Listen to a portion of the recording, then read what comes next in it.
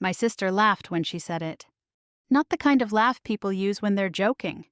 Not the playful kind that ends with a smile. This was the kind of laugh meant to land like a slap. We were sitting around my parents' long oak dining table in San Diego. Sunday dinners had been a tradition in our family for years. My mother had made roast chicken. My father had opened a bottle of wine. And my brother Daniel was halfway through complaining about airline baggage fees. The conversation was casual, comfortable, until Olivia turned toward me. She leaned back in her chair, twirling the stem of her wine glass between her fingers, the corners of her mouth curling upward like she had been waiting for this moment.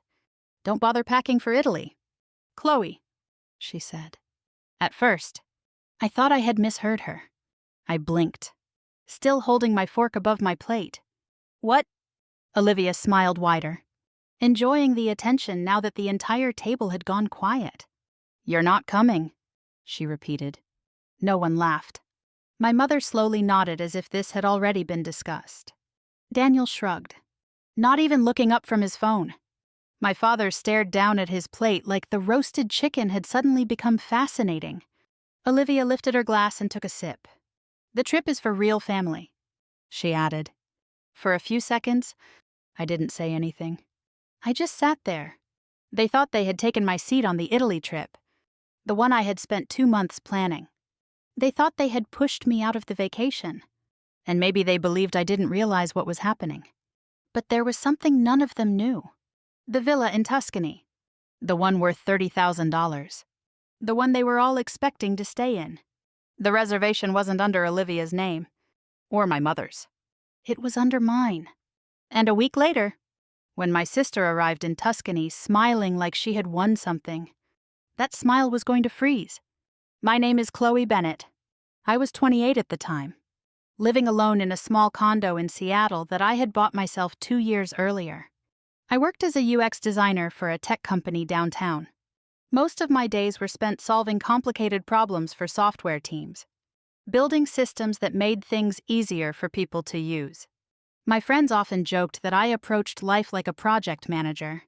Organized, reliable, always thinking 3 steps ahead. In my family, those traits had quietly turned me into something else entirely. I was the planner, the fixer, the person everyone called when something went wrong. If a birthday party needed organizing, I handled it. If my parents needed help booking flights, I did it. If Daniel's startup website crashed and he needed a quick redesign, he called me. And if Olivia wanted a vacation that looked like something out of a travel magazine, I was apparently the one expected to make it happen. Looking back now, I realized something I didn't fully understand at the time. My family didn't admire those qualities. They depended on them. 2 months before that dinner, Olivia had been the one who first mentioned Italy. We were sitting around the same table when she suddenly held up her phone, scrolling through pictures on Instagram. Sunset photos from Tuscany, vineyards stretching across golden hills, stone villas surrounded by olive trees. "We should do this," Olivia had said. Everyone looked up. "Do what?" Daniel asked. "Go to Italy," she said. "For Mom and Dad's anniversary." That immediately caught everyone's attention. My parents' 40th wedding anniversary was coming up that summer. My mother clasped her hands together like a teenager hearing about a concert. "Oh, that would be wonderful." Daniel started talking about wine tours. My dad mentioned Florence. Within minutes, the idea had taken over the entire conversation. Then Olivia turned toward me. "You're good at planning trips," she said casually. And just like that, the responsibility became mine. No one asked if I wanted to do it. No one asked if I had the time. It simply became assumed. For the next several weeks, my evenings disappeared into planning. After work, I would sit at my kitchen table with my laptop open, researching flights to Italy. I compared train routes between cities. I created spreadsheets with hotel prices. I mapped out possible itineraries through Tuscany and Florence. Part of me actually enjoyed it. Planning trips was like solving a puzzle. You balanced logistics, timing, and budgets until everything clicked into place. Eventually, late one night while browsing rental sites, I found it, the villa. It looked like something from a movie. A restored vineyard estate outside a small Tuscan town. Stone walls covered in ivy. A wide terrace overlooking rolling hills. A long outdoor table perfect for family dinners under the sunset. I could already picture my parents sitting there on their anniversary night. But when I saw the price, I almost closed the page. $30,000. I showed the photos to the family the following Sunday. At first, everyone loved it. Olivia gasped. Daniel leaned over my shoulder to get a better look. Even my mother seemed impressed.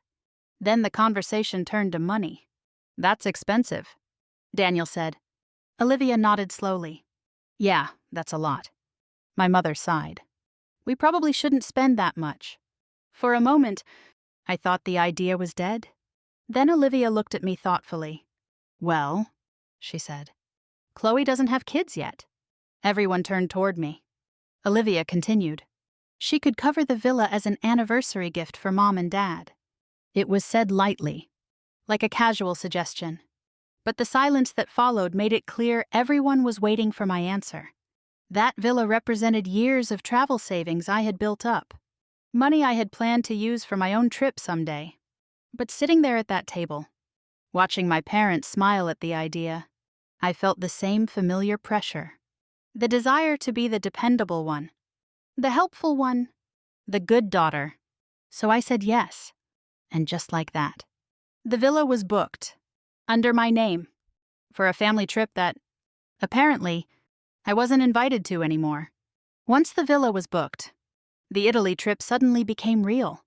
Before that moment, it had been a fun idea thrown around at Sunday dinners, something my sister liked to talk about while scrolling through travel photos on her phone. But once I paid the deposit on the villa, everything accelerated. The reservation confirmation arrived in my email the next morning. $30,000 charged to my credit card for a vineyard estate in Tuscany. The email included photos of the property again, along with a short welcome message from the host. I stared at the screen longer than I expected. That number felt heavy. It represented almost every dollar I had saved over the last few years for travel. I had imagined backpacking through Europe on my own one day, maybe working remotely for a few months while exploring different cities.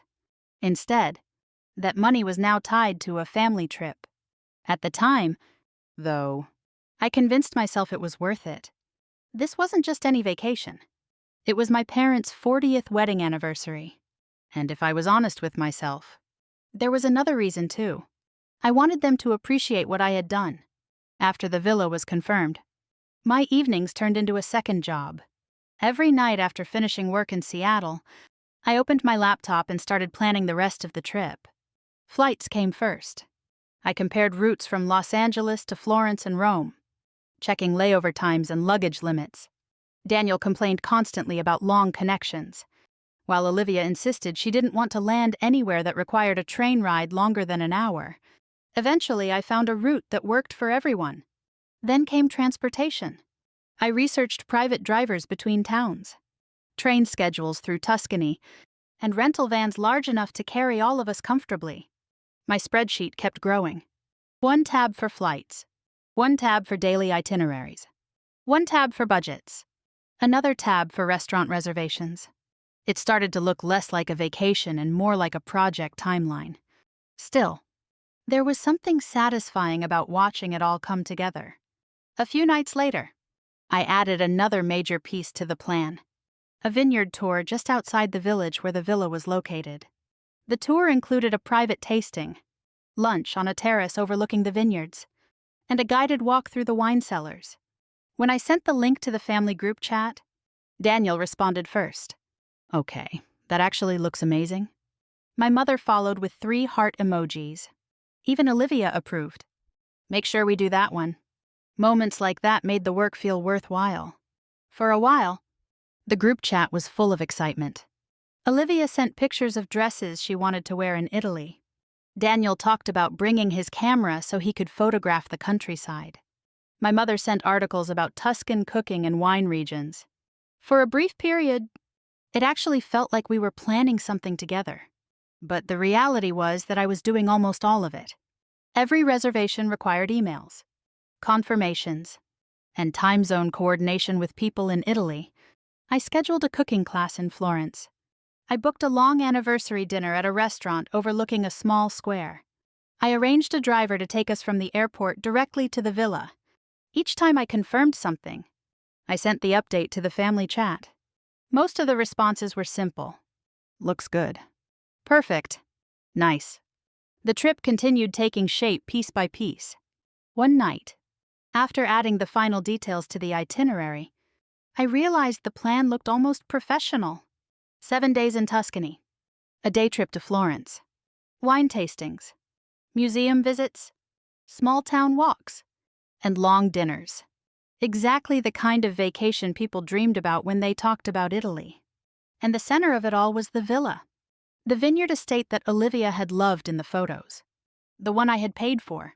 A few days later, during one of our usual chat conversations, something unusual happened. Daniel asked a question. "Hey, Chloe," he wrote. "Does the villa have space for an extra guest?" I stared at the message for a moment. "What do you mean?" I replied. He didn't answer right away. A few minutes later, Olivia jumped in instead. "Daniel's just curious," she said. "Relax." That was it. The conversation immediately shifted to something else. Olivia started talking about sunglasses she wanted to buy before the trip, and Daniel made a joke about Italian drivers. The question about the extra guest disappeared completely. At the time, I didn't think much of it. Travel plans changed all the time. Maybe Daniel wanted to invite a friend. Maybe Olivia had someone she wanted to bring along. Either way, the villa had enough bedrooms to accommodate another person. So I let it go. A few days later, I sent the finalized itinerary to the group chat. Flights, arrival time, driver pickup, villa address, restaurant reservations. Everything was neatly organized in a document that looked like something you would receive from a professional travel agency. Olivia responded with a simple thumbs up. Daniel wrote, "Looks great." My mother said, "You always think of everything." Chloe, that sentence made me smile. For a moment, I felt proud. Proud of the work I had done. Proud that I had created something my family could enjoy together. What I didn't realize yet was that while I was building the trip, the rest of my family was quietly building a version of it that didn't include me. About 3 weeks before the trip, something started to feel off. At first, it was small things, easy to dismiss. The family group chat had been lively for weeks while we planned the vacation. Everyone had opinions about restaurants, outfits, wine tours, and camera equipment. Then suddenly the tone shifted. Whenever I asked a practical question, the conversation would go silent. One afternoon, I posted a simple message. "Does anyone have dietary restrictions I should mention to the chef for the anniversary dinner?" Nothing. Hours passed. Then Olivia sent a photo of sunglasses she had just bought for the trip. Daniel replied with laughing emojis. My question remained unanswered. I told myself it wasn't a big deal. People were busy. But the pattern kept repeating. I asked about passport expiration dates. Silence. I asked whether anyone planned to check luggage. Silence again. Then, suddenly, the chat would fill with messages that had nothing to do with the logistics I was trying to confirm. It was subtle, just enough that I couldn't accuse anyone of ignoring me.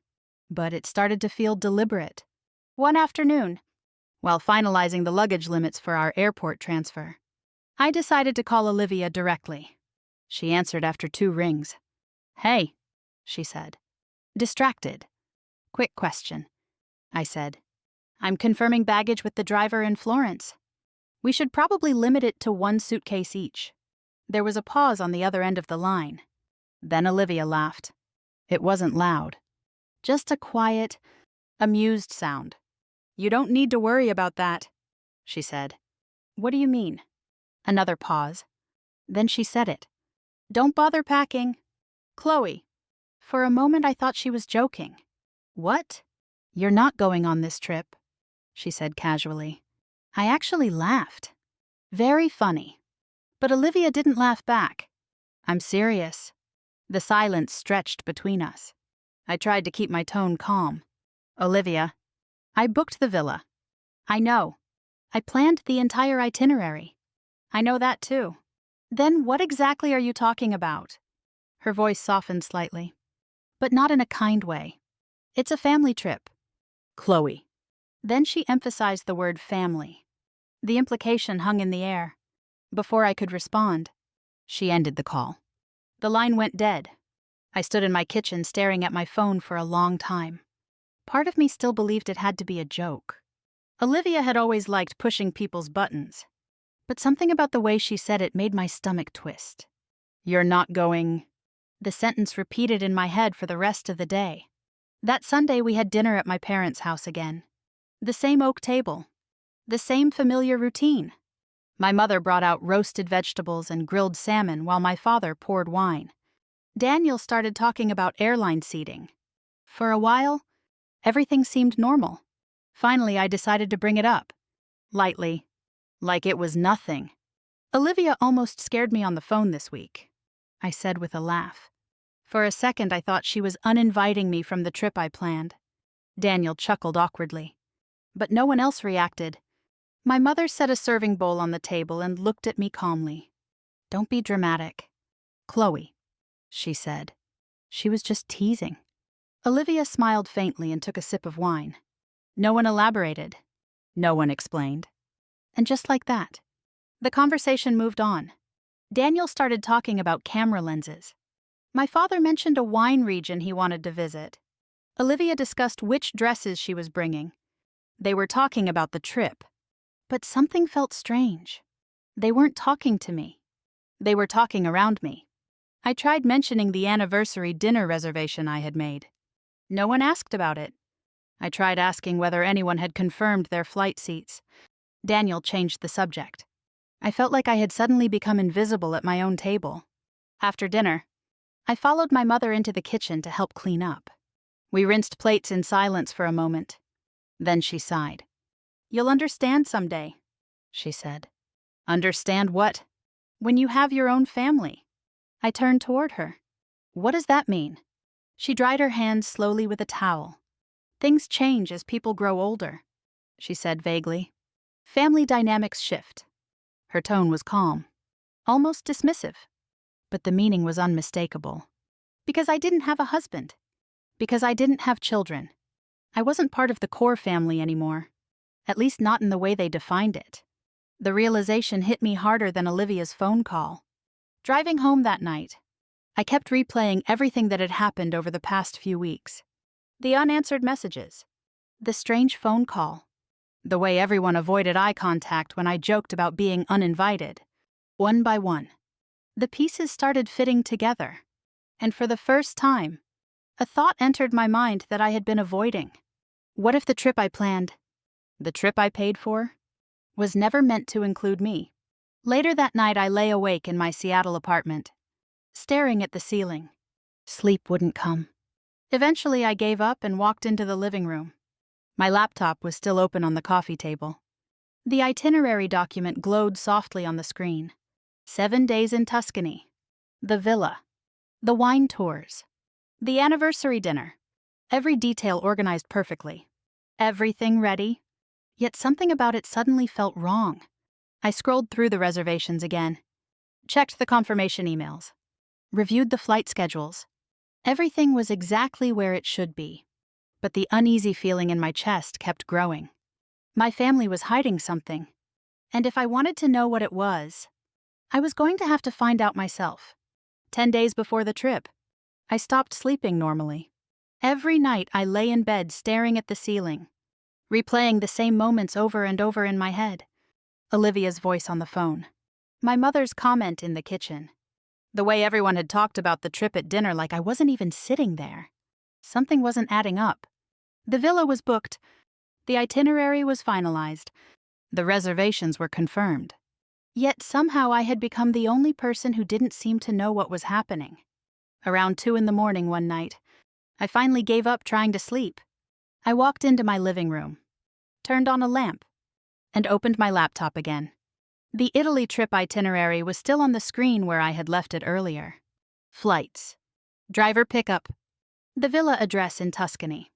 Wine tours. restaurant reservations. Everything looked perfect, which made the feeling in my chest even worse. Because if everything was perfect, then why did it feel like I had already been cut out of the trip? That was when I remembered something. Earlier that week, Daniel had stopped by my apartment while he was in Seattle for work. He had borrowed my laptop for a few minutes to check a message because his phone battery had died. I had watched him log into his messaging account and send a quick reply. Then we had gone out for coffee. And I realized something now that I hadn't noticed at the time. He had never logged out. The thought made me hesitate. Looking through someone else's messages wasn't something I normally did, even with family. It felt like crossing a line. But then Olivia's voice echoed again in my head. "You're not going..." And my mother's words followed right behind it. "When you have your own family?" My hands rested on the keyboard for a moment. Then I opened the messaging app. Daniel's inbox appeared immediately. Most of the conversations were exactly what I expected. Work messages, friends, a few random group chats. But one thread near the top caught my attention instantly. The title read, "Italy Plan." I felt my stomach drop. I stared at the screen for a few seconds before opening it. The participants were listed at the top. Olivia, Daniel, my mother, my father. My name was nowhere in the list. I scrolled down slowly. The first message I saw was from Olivia. "Can you believe Chloe actually paid for the villa?" Daniel had replied with 3 laughing emojis. Another message followed. She wiped out her savings for this trip. Then my mother responded. "Just make sure she doesn't suspect anything before we leave." For a moment I couldn't breathe. My fingers hovered over the trackpad as I kept scrolling. The messages stretched back several weeks. Long before Olivia had called me. Long before the awkward dinner conversation. They had been planning something the entire time. One message from Daniel read, "So, we're flying out Tuesday instead of Wednesday, right?" Olivia answered, "Yes." "She thinks the flight is Wednesday." Another message from my mother appeared underneath. "As long as Chloe thinks she's helping the family, she'll do anything we ask." I leaned back in my chair, staring at the screen. The words blurred together for a moment, but I forced myself to keep reading. A few messages later, Olivia described their plan. They were going to let me drive them to the airport on Wednesday morning. Just like the itinerary I had created said, I would walk with them to the check-in counter. And that was when I would discover there was no ticket with my name on it. Olivia had written the moment out almost like a scene in a movie. "She'll think it's an airline mistake," she wrote. Daniel replied, "That's going to be brutal." Olivia answered with a shrug emoji. "She'll get over it." My heart pounded so hard I could hear it in my ears. But the worst part came a few messages later. Olivia had written something new. "Carter confirmed he's flying in on Thursday." I froze. Carter was her new boyfriend. They had only been dating a few months. The next message explained everything. "He's bringing the ring." Olivia wrote, "Proposal dinner at the villa." Daniel responded with excited emojis. My mother wrote, "That will make the trip even more special." I stared at the screen, feeling like the room had tilted slightly. The trip wasn't just a vacation anymore. It was an engagement celebration. The villa I had paid for wasn't meant for my parents' anniversary. It was meant for Olivia. The final message that night came from my mother. "As long as Chloe thinks she's helping the family, she'll do anything we ask." I read that sentence 3 times. Then I slowly closed the laptop. The apartment was completely silent. I sat on the couch staring at the dark screen for several minutes. Shock came first, then anger, then something else, something colder. Clarity. They had planned everything. The humiliation at the airport, the engagement celebration, the entire vacation built on top of the money I had spent. And they believed I would never find out. Eventually, I opened the laptop again. But this time I didn't go back to the chat. Instead, I opened my email. I searched one word. Villa. The confirmation email appeared immediately. I clicked it open and read through the details carefully. Location. Private vineyard estate in Tuscany. Total cost. $30,000. Guest name. Chloe Bennett. I scrolled further down until I reached the cancellation policy. Full refund available if cancelled 48 hours before arrival. The trip was still 10 days away. I stared at that line for a long time. Then I leaned back in my chair. For weeks I had believed I was planning the perfect family vacation. But now I understood the truth. I wasn't part of the trip. I was just the person paying for it. And if my family wanted to treat me like a bank, maybe it was time to close the account. I didn't confront anyone the next morning. That was the first decision I made after reading the messages. For years, every conflict in my family had followed the same pattern. Someone would do something hurtful. I would try to talk about it. And somehow the conversation would end with me apologizing for being too sensitive. I already knew how this would go. If I told them I had seen the messages, they would deny everything. Daniel would say I misunderstood. Olivia would accuse me of invading their privacy. My mother would sigh and tell me I was creating unnecessary drama. By the end of the conversation, the real problem would somehow become my reaction. So I didn't say a word. Instead, I approached the situation the way I approached complicated projects at work. When something breaks in a system, the first step isn't emotion. It's analysis. I opened my laptop again and started studying the trip I had built. Flights, transportation, reservations, every piece of the itinerary. Then I asked myself a simple question. What part of their plan actually depended on me? The answer appeared almost immediately. The villa. Without the villa, the entire trip collapsed. It was the centerpiece of everything. The engagement dinner, the anniversary celebration, the wine tours and the driver pickups. Every major activity revolved around that one location, and the reservation was entirely under my control. Still, before doing anything, I needed to understand exactly how much power I had. So I started gathering information. First, I returned to Daniel's messages and began taking screenshots. Every conversation, every joke about the airport scene, every message where they called me the family bank. I organized the screenshots into a folder on my computer, saving them in chronological order. Then I checked Daniel's email. I wasn't even sure what I was looking for, but within minutes I found it. A flight confirmation. Tuesday departure, not Wednesday. Exactly like the chat messages had described. I opened another email thread and saw Carter's name. Olivia's boyfriend had a separate flight scheduled to arrive 2 days after the rest of them. There was even a reminder email about bringing an engagement ring. I closed the inbox slowly. There was no doubt anymore. The plan was real. Every detail had been arranged. Except for one thing. The villa. I opened the reservation confirmation again. The document looked exactly the same as it had the night I booked it. Location: private vineyard estate in Tuscany. Total cost: $30,000. Primary guest: Chloe Bennett. My name. My credit card. My reservation?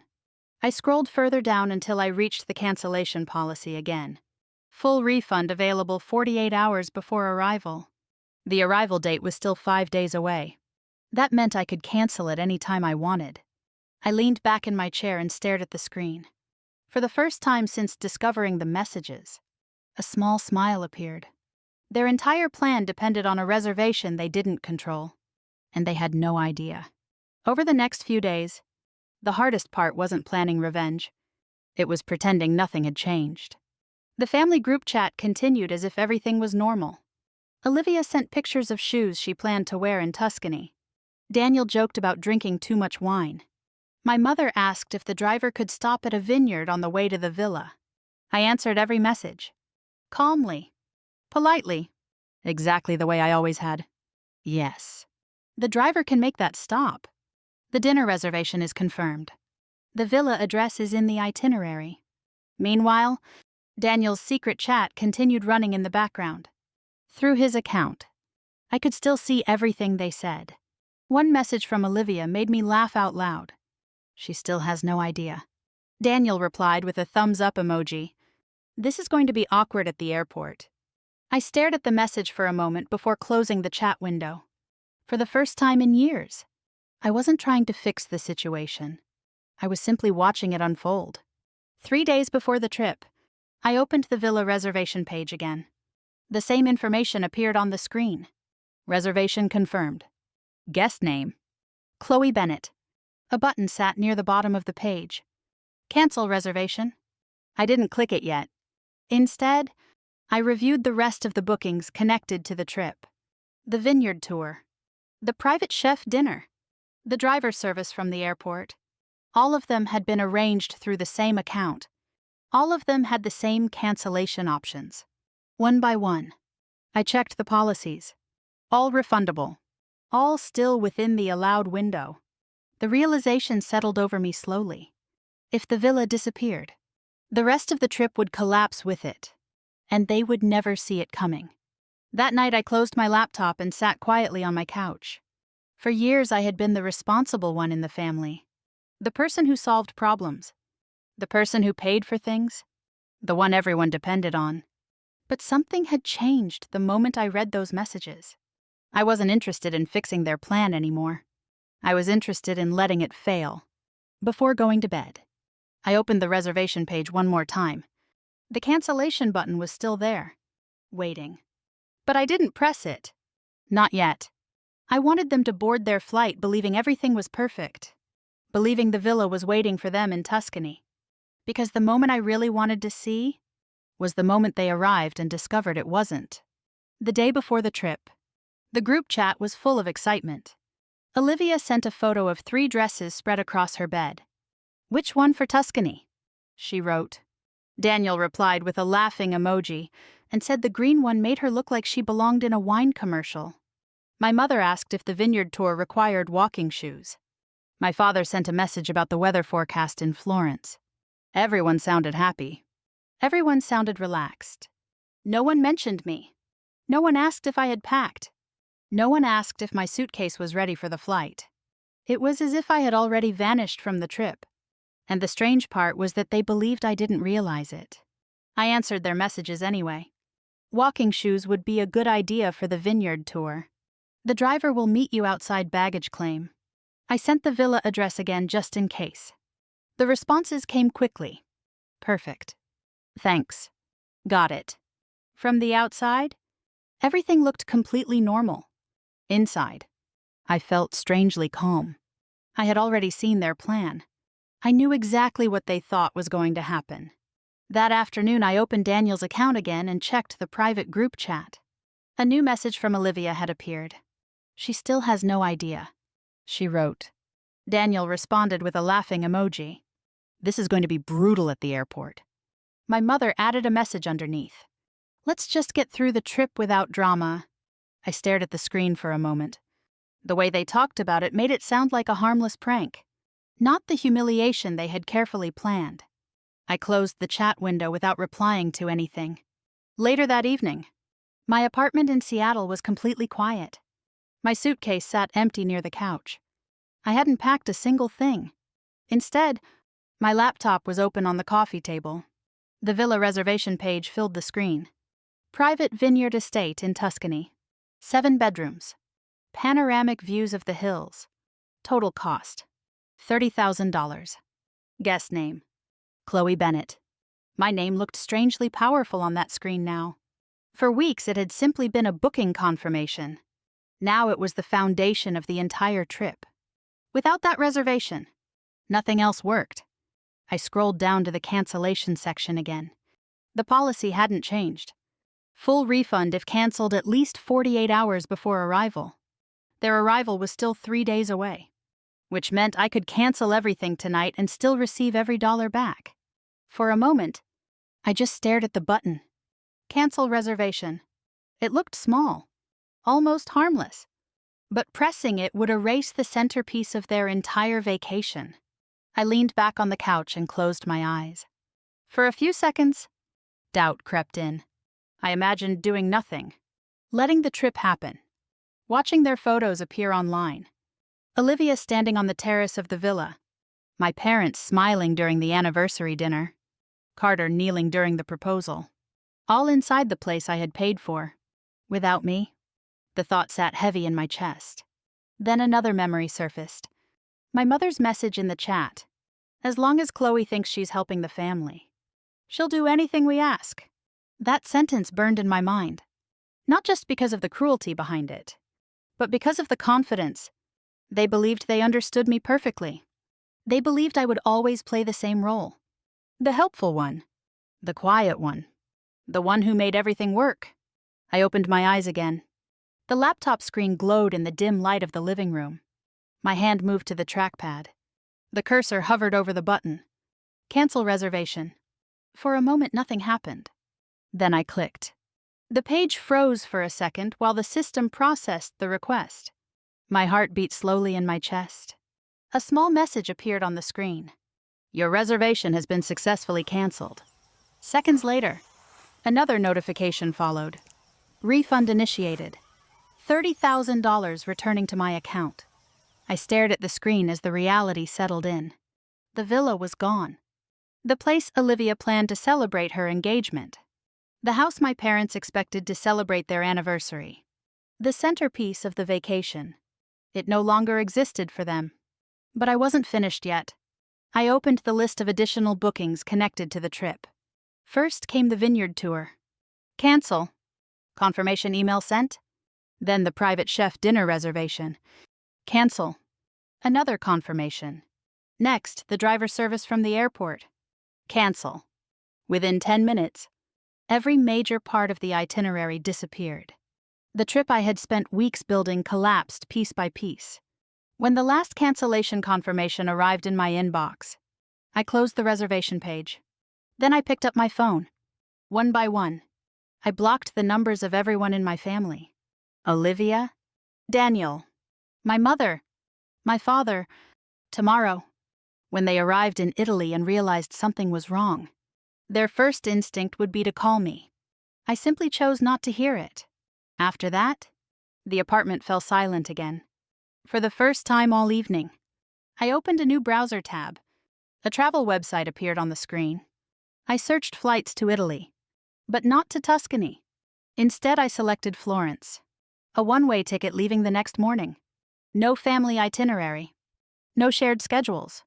Just a trip for me. I booked a small boutique hotel near the historic center. Somewhere quiet. Somewhere no one expected me to be.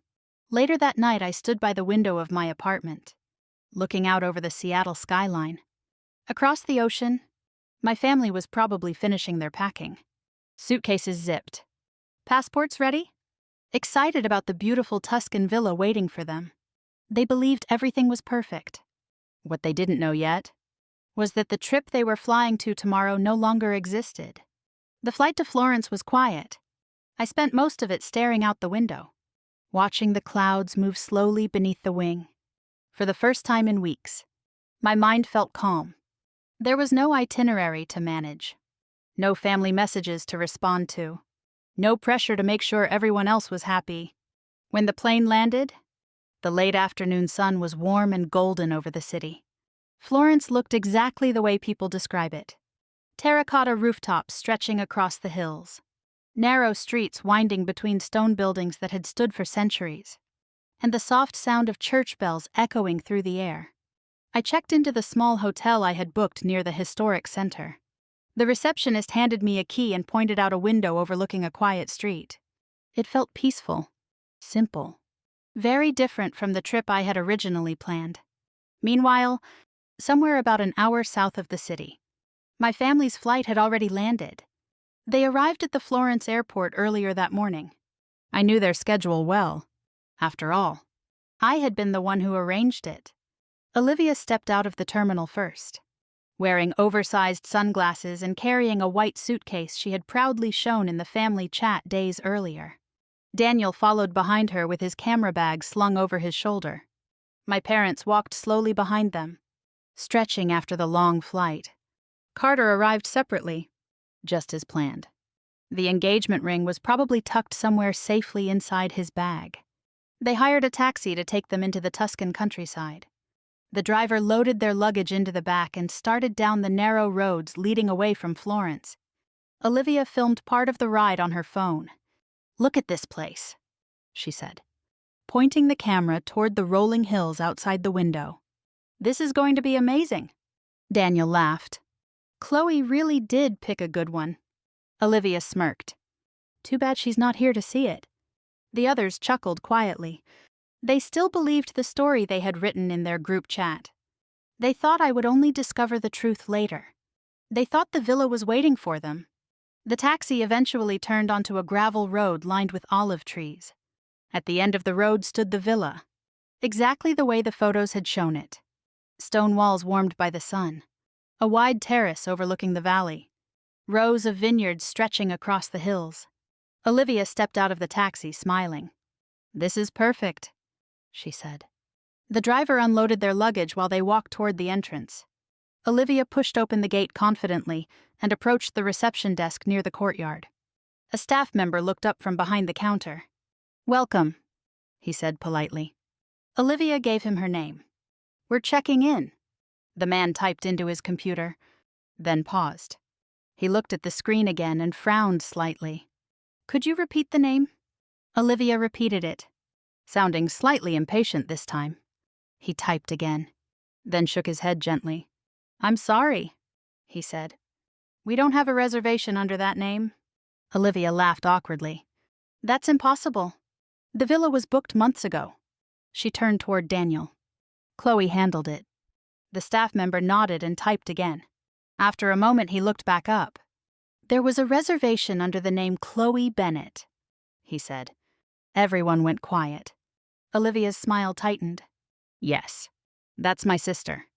The staff member hesitated before continuing. "That reservation was canceled yesterday." For a moment, no one spoke. The words hung in the warm afternoon air like something unreal. Daniel stepped forward. "That can't be right," he said quickly. "Check again." The staff member did. The answer didn't change. The reservation was gone. The villa had already been released to another guest. There were no available rooms. Olivia's confidence cracked instantly. She pulled out her phone and dialed my number. The call went straight to voicemail. She tried again. Same result. Daniel tried calling next. Then my mother. None of the calls connected. They didn't realize yet that I had blocked every number the night before.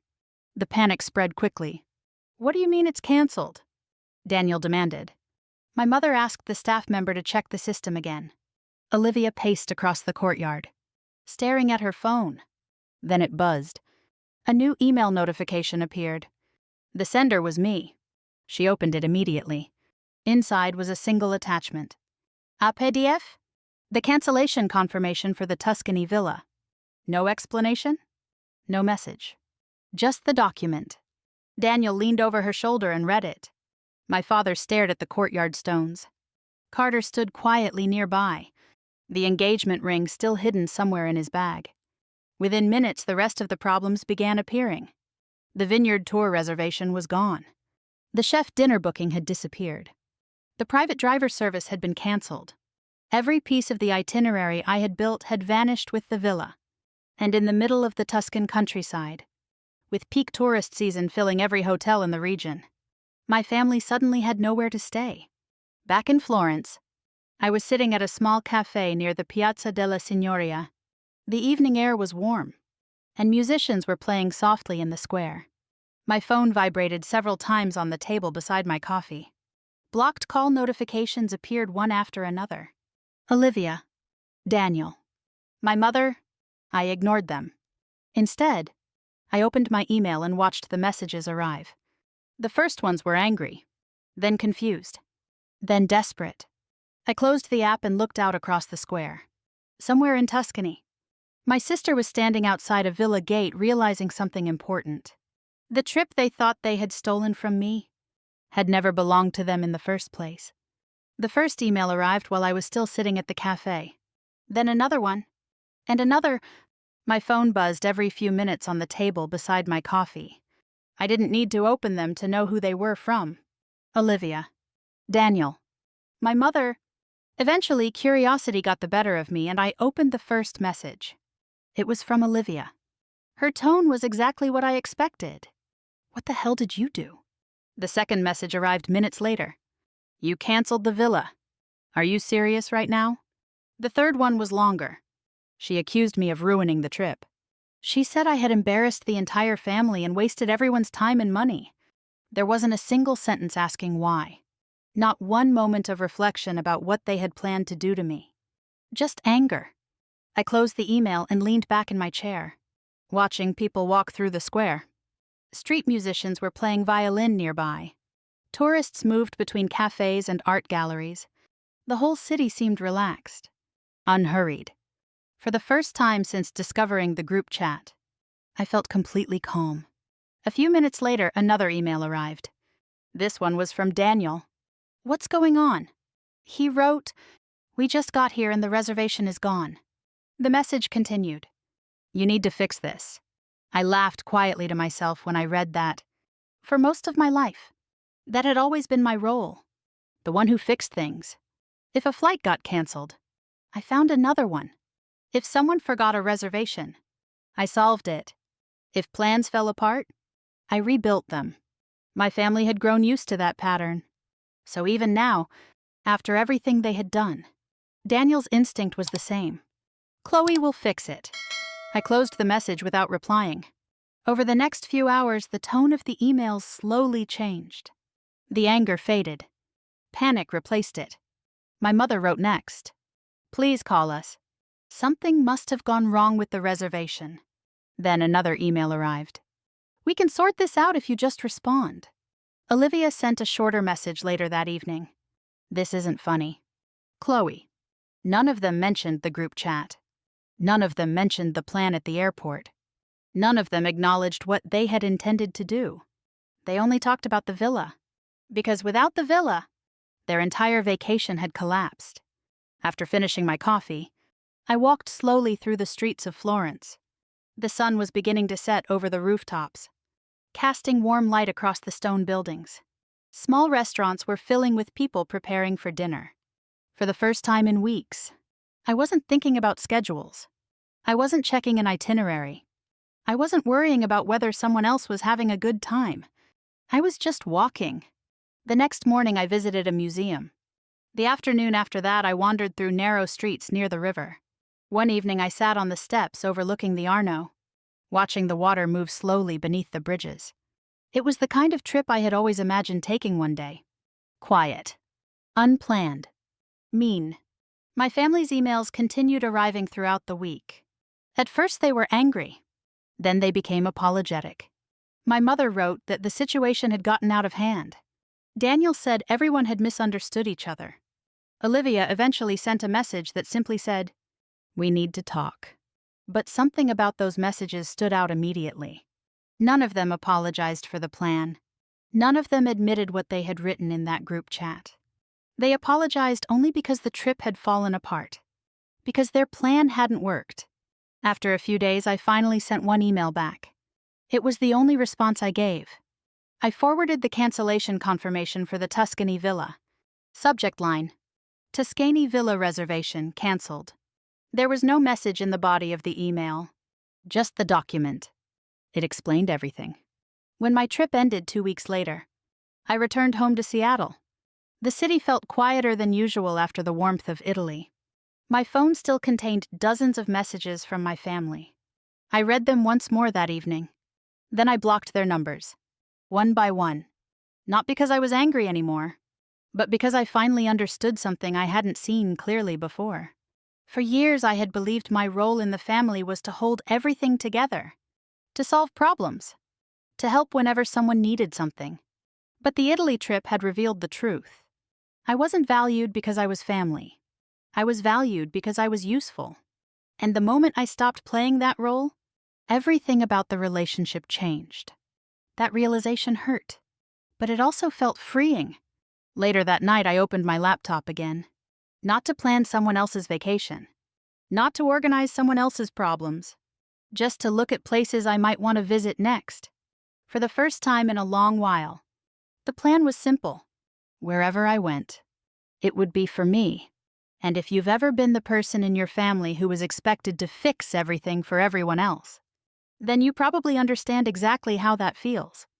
I'm curious, though.